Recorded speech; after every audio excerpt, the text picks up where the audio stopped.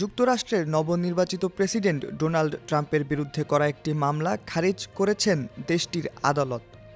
২০২০ সালে প্রেসিডেন্ট নির্বাচনের ফলাফল বদলে দেওয়ার চেষ্টার অভিযোগে ওই মামলাটি করা হয়েছিল। স্থানীয় সময় ২৫ নভেম্বর সোমবার মামলাটি খারিজ করে দেন বিচারপতি তানিয়া চুটকান। খবর বিবিসির। এই দিনই মামলাটি খারিজ করতে আদালতের প্রতি আহ্বান জানিয়েছিলেন মার্কিন সরকারের বিশেষ কৌঁসুলি জ্যাক স্মিথ। পাশাপাশি প্রেসিডেন্ট হিসেবে প্রথম মেয়াদ শেষে নিজের কাছে সরকারি গোপন নথি রাখার অভিযোগে ট্রাম্পের বিরুদ্ধে যে মামলাটি করা হয়েছিল সেটিও খারিজ করার আবেদন করেন তিনি। মামলা দুটি নিয়ে মার্কিন আদালতে এতদিন ট্রাম্পের বিরুদ্ধে লড়েছেন জ্যাক স্মিথ। দুই মামলাতেই নিজেকে নির্দোষ দাবি করে আসছিলেন ট্রাম্প। সোমবার আদালতে করা আবেদনে স্মিথ জানান, নির্বাচনে জয়ের পর ট্রাম্প প্রেসিডেন্ট পদে বসলে যুক্তরাষ্ট্রের বিচার বিভাগের নিয়ম অনুযায়ী তার বিরুদ্ধে করা মামলা খারিজ করতে হবে। গত ৫ নভেম্বর প্রেসিডেন্ট নির্বাচনে বড় জয় পান ডোনাল্ড ট্রাম্প।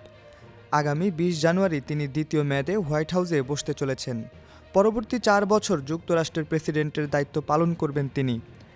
এরপর তার বিরুদ্ধে করা নির্বাচনের ফলাফল বদলানোর চেষ্টার মামলার বিচার আবার শুরু করা যাবে বলে জানিয়েছেন বিচারপতি তানিয়া চুটকান। প্রেসিডেন্ট হিসেবে প্রথম মেয়াদ শেষের পর বেশ কয়েকটি মামলা করা হয়েছিল ট্রাম্পের বিরুদ্ধে। এর মধ্যে সাবেক এক পর্ন তারকাকে ঘুষ দেওয়ার সংক্রান্ত মামলায় দোষী সাব্যস্ত হয়েছেন তিনি।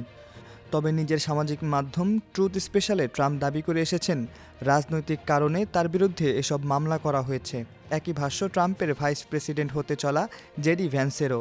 সামাজিক যোগাযোগ মাধ্যমে তিনি লিখেছেন, এই মামলাগুলো সব রাজনৈতিক।